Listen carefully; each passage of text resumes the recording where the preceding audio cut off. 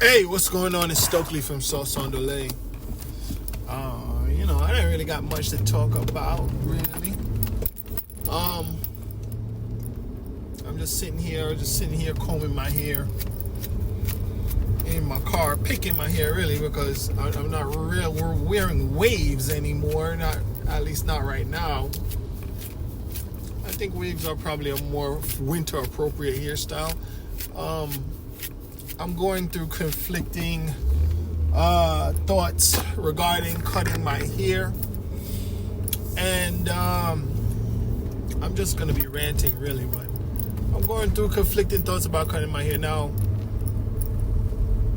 I like how waves look. I like how they look neat. I like how they look relatively, I would say, what's the word I'm looking for? The word I want to use is, let me just look at my wheel. Next time I stop at the stoplight, I'm going to take a look at my tire. My air in my tire might be so low that it's a problem right now, because I feel like my wheel is slipping a little bit. But it seems non-political because Afro Afro means short for African, but anything that's related to African. So I have an Afro, but we all colloquially refer to an Afro as a poofy hairstyle. It doesn't matter if your hair is like a type 3, which some people who are not even of African descent might even have also. It's not only people of African descent that wear afros. Whoa. You have other people that also wear afros because their hair can do that. Is my thing not working?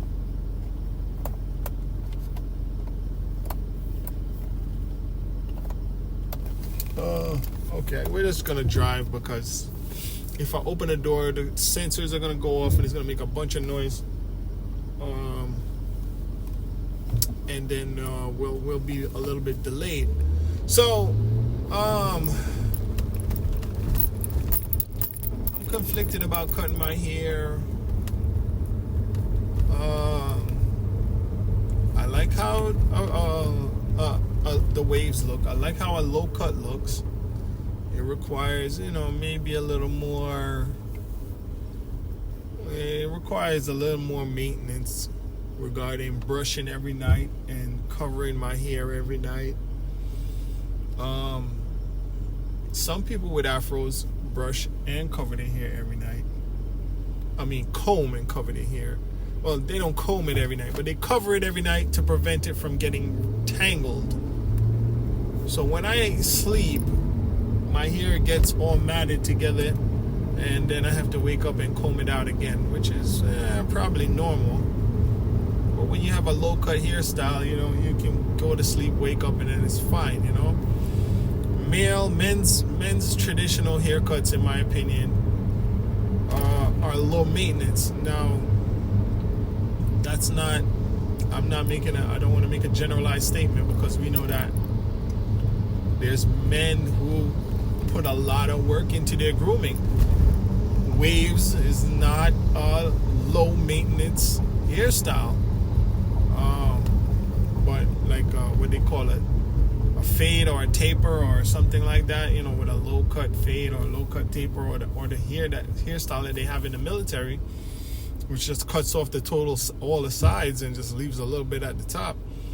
That's a totally zero maintenance hairstyle. You just wake up and you go, which is appropriate for a military lifestyle where you have to be ready, and you don't gotta wake up and you don't want to wake up and say, listen, we're gonna go out to battle today, so make sure that your hair is done. No, we don't have time for that.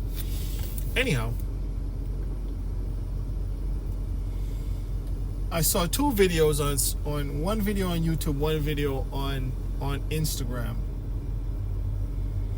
The first video I encountered because I was looking up mustache styling or beard styling. I don't have a beard, really. I have like a goatee my beard doesn't connect. I don't have any beard on the side of my face, really. After I started using my own product, Sauce Ondulé, I started growing a little more facial hair than usual. Just through, it making contact with the rest of my face through the process of washing my hair and all of that. So I did get, my facial hair did get a little thicker and it grew a little more. But I still don't really have a noticeable beard, especially on the sides of my face.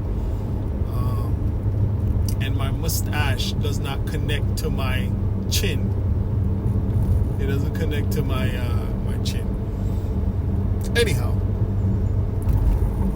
I was watching a video because I've been twisting my mustache into a kind of Dr. Robotnik pointy style, which is weird, but nobody's complaining. Well, one person is complaining, but they're just complaining because they want to complain. But the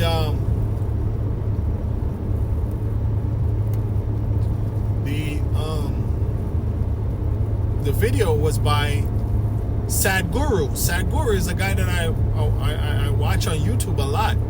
Now, somebody had taken a video that Sadhguru was in and spliced it and edited it and added some AI to it. But it was Sadhguru in Sadhguru's voice. You got to be careful these days. Sometimes people like to make videos with an AI voice of a personality, and it's not actually the person saying those things. So anyhow, Sadhguru was basically saying, why is he stopping this man outside of the jurisdiction of, So Sadhguru was saying,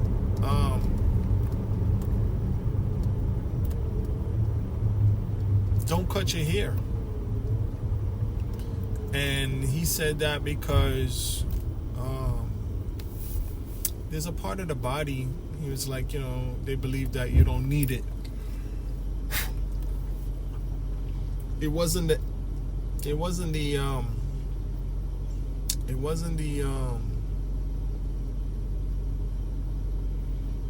tonsils he was talking about, and it wasn't the appendix. It was some other part that scientists don't know what it's used for. I forgot what he referred to it as, but it's something that I had spoken about the other day, where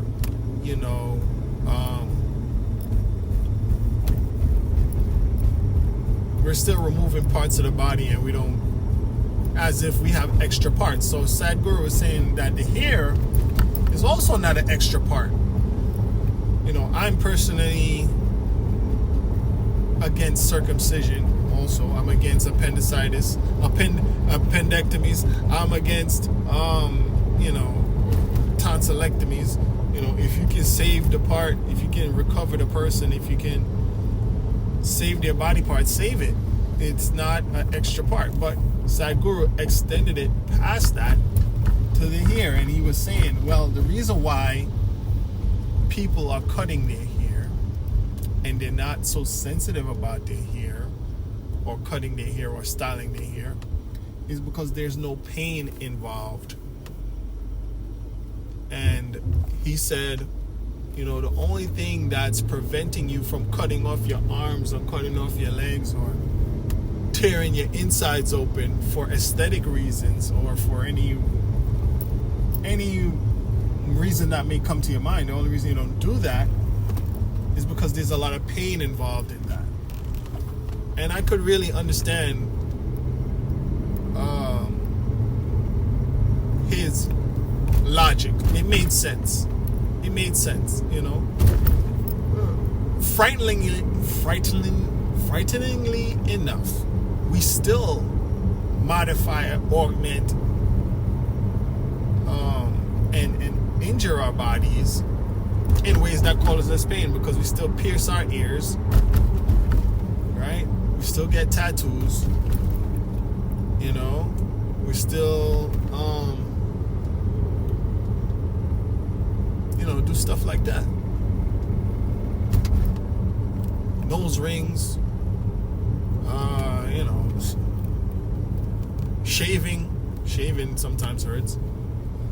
So he's saying the reason why you don't cut your whole body open right now and you don't mind cutting your hair is because there's no pain involved in your hair. And fortunately, your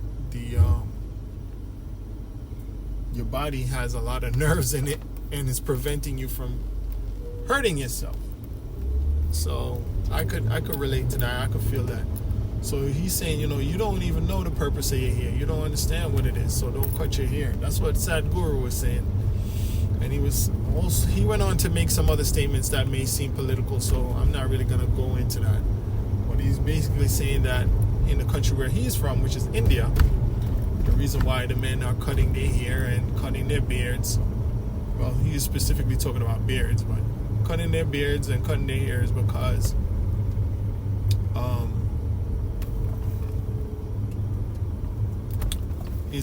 of a cultural appropriation, Anyhow, so I watched another video on Instagram by a guy named, I'm not totally sure what his name is. His name might be Dr. Lala Bella, or Dr. Lala, or Dr. something like Dr. Lala Bella, or something like that. I'm not really sure what his name is. But he was saying your hair is your antenna. Your hair is your magnetic, is related to your magnetic field. I mean, there might be some credence to that, because if you rub a balloon on your hair, you can create a static charge and do some stuff with it. So there may be some foundation to that. Maybe something there. I can dig it. He's also saying that you want to be very wary, or you want to pay attention to when your hair is falling out, because your body has hairs all over it. You have hairs inside of your ears. You have hairs inside of your gut. I think they call papillae. You have well, he didn't talk about the hairs in your nose, but he said you got hairs in your eyes, which I don't really agree with that. But he didn't really. Yeah, he said no. He said he has something like hairs in your eyes, but I don't really get that part. And then he went on to say some other stuff that seemed a little bit outlandish. He was saying that your body, well, it wasn't really outlandish. It makes sense. He said your body's made up of water, and there's water in your eyes, there's water in your ears, there's water all through your body that helps to transmit information to your brain. That's what he was saying. Now, funny enough, I mean, you do have sensitivity in your gut, so your intestines do have these little hairs. You do have hairs in your ears, but I thought those were primarily for the prevention of particulates going into your ear. You do have hairs in your nose, which he didn't speak about, which prevents particulates from getting into your brain. But you definitely do have hairs on your skin that allow you to know which way. I would go further and be weird and say the hairs on your skin tell you which way the wind is blowing. That's what I would think. If there's a light wind, you can tell which way the wind is blowing by your skin. I would think so. Or you can tell by the temperature difference, I guess, also, and where it's hitting. But sometimes you go through things and they say your hair stands on end.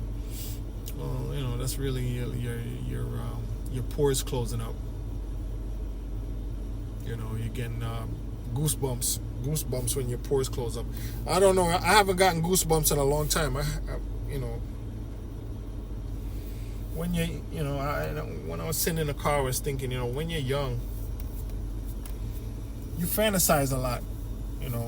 You fantasize a lot when you're young, and it seems like when you get older, you stop fantasizing so much. You start having a cycle of negative thoughts. When you're young, you have a cycle of thoughts towards things that you want, like you're reaching towards something. But then when you become jaded, or you're in prison, or you're plagued, or I don't want to say possessed. I want to say when something is coming over you, or you're in a bad place mentally, those cycle of thoughts start to be around negative things, or you start to, I don't know, I would call it rumination. That's the word I like to use now, and I would use that word in a negative connotation, and I would use it as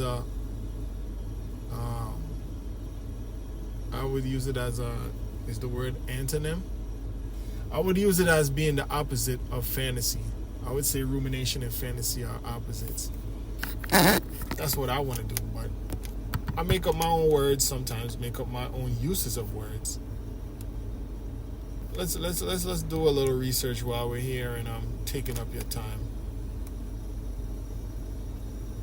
Let's see if I can. What is an antonym? What is an antonym? Antonym is a word that has the opposite meaning. Okay, so I use that in the way that I wanted to use that word. Is rumination the antonym of fantasy?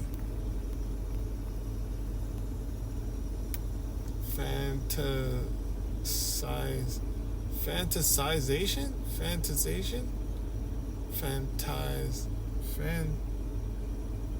Fanaticism? Let me see. Sizing.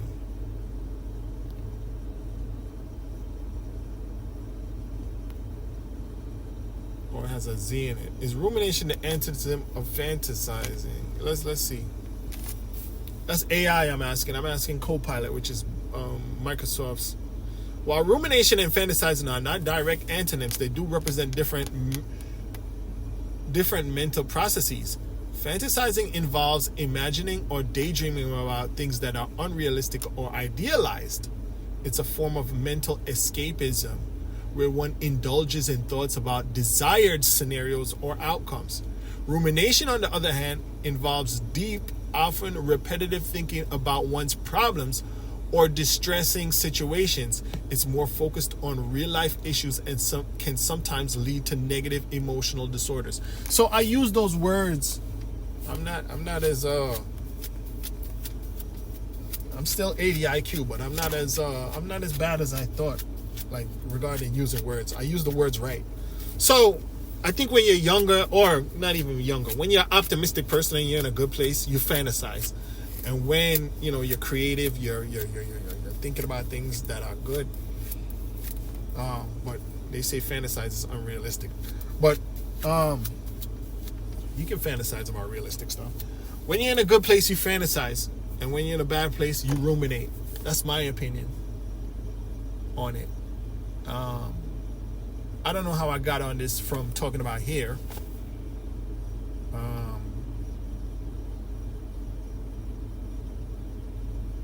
But it was just something that I was musing about while I was sitting in the car.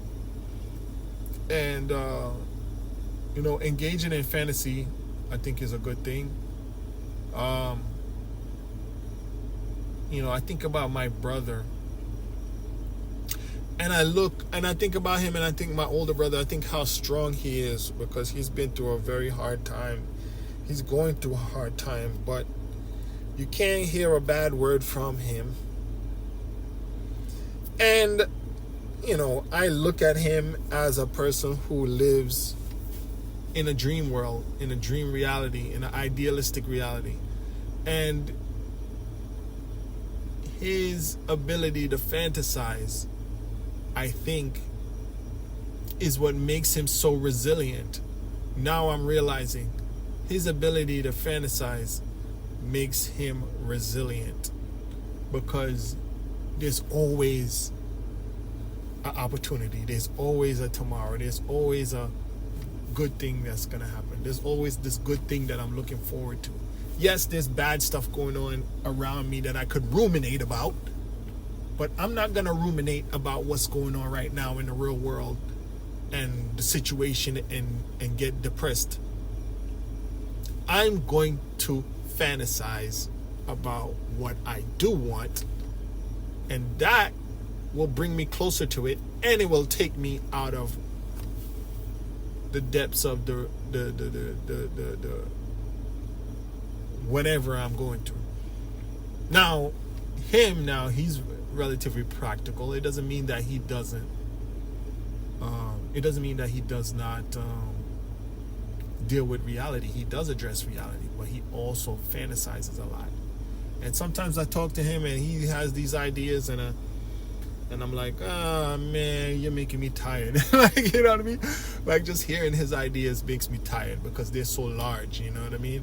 They're so, they seem so large. They seem so hard, but he achieves these things that he fantasizes about, because that's where his focus and his mind goes, and he overcomes his situation, and he remains optimistic as a result of his fantasizing and optimism. And I didn't understand it before. I thought he's just a hippie, and he's just like so idealistic and fantastic and wonderful, and like, just like,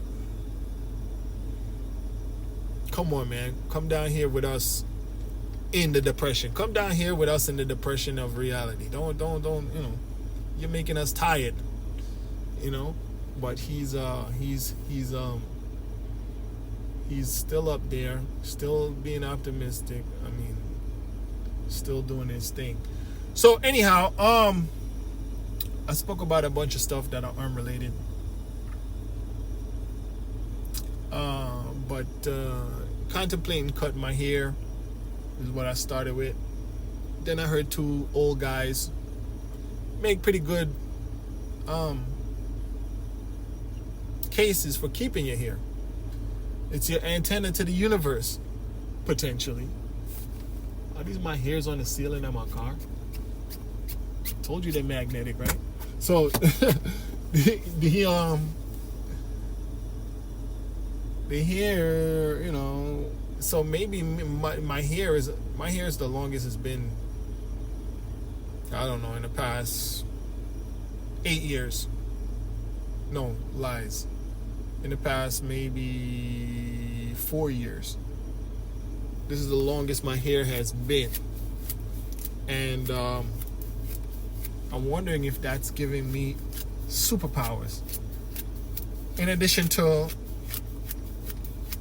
other stuff that I'm doing, like wearing a copper bracelet. In addition to thinking positive, trying to think positive, I can't say that I'm absolute, because I don't think positive all the time. I still ruminate. I don't really fantasize too much. But I'm trying to speak positive, trying to think positive, trying not to say anything bad about myself or anybody else. Growing my hair. I mean, how far can you really go? You might go crazy. They also say talk to your water before you drink it. Say positive things to your water before you drink it.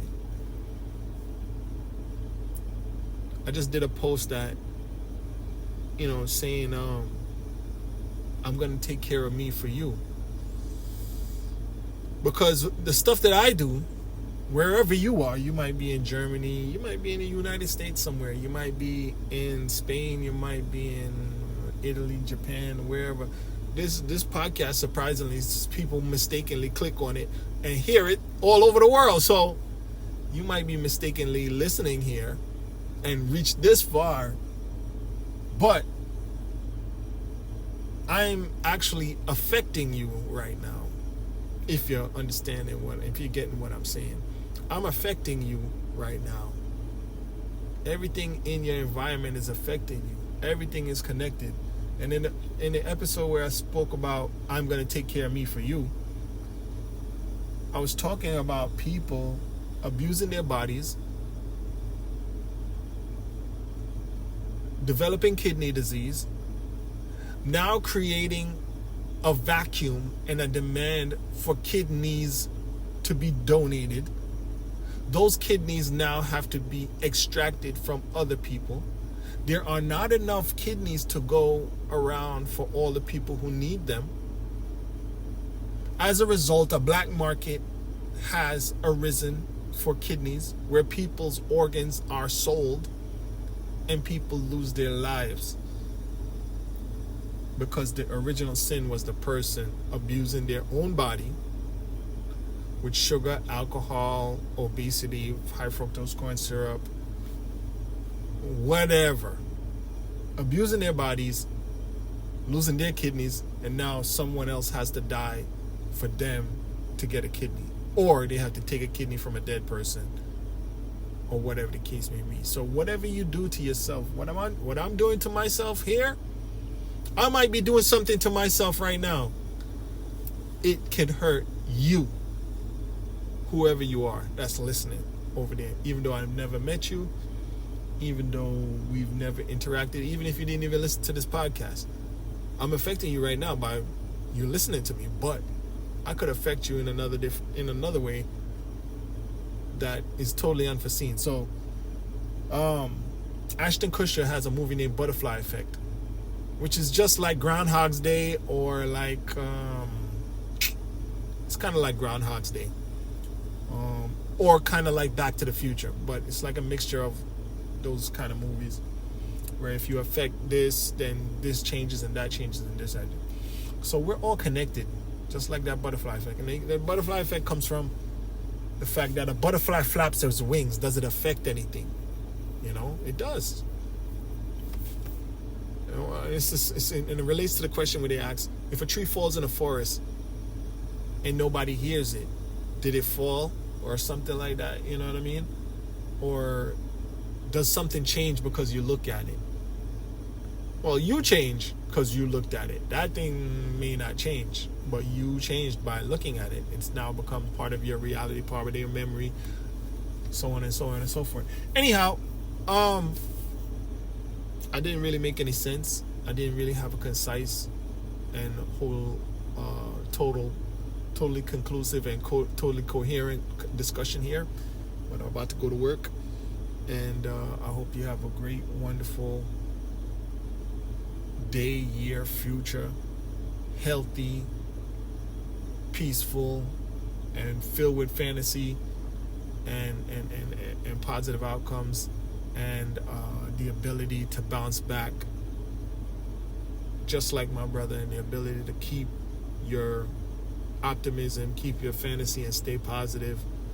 You know, even and I'm gonna try to finish now, but even I went to church and they were talking about, I don't remember the guy who they're talking about. They're talking about some guy. And what they were saying is that he didn't let the circumstances change who he was, which, you know, in my opinion is not an absolute statement, because in some environments, and even in the Bible, sometimes you got to change your strategy. There's a part in the Bible where it says there's a time for everything. There's a time to plant, there's a time to die, there's a time to kill. So, you know, but then in the Bible it also says thou shalt not kill. But this is the time for everything. So it's not absolute. It's not absolute. There's an appropriate time for everything. You know. Anyhow, I'm not gonna go too much into that. But it's, you know, it's basically saying don't let, you know, if your character changes based on the situation, did you really have character? Now, you know, that's also not an absolute statement, because my personality feel like my personality changed, but these are just like the little weasel words, as the mafia guy said. These are weasel words, like, you know, my character, my personality, my ego, who I think I am, all of these, you know. When you gain new knowledge and you experience things, you change. You do change. So I can't stay the same, really. But anyhow, morally, there was a guy in the Bible. I guess he's a high moral guy. He's got good morals. And his morals didn't change based on his position. Oh, yeah, it was Joseph. It was Joseph, right? So Joseph, you know,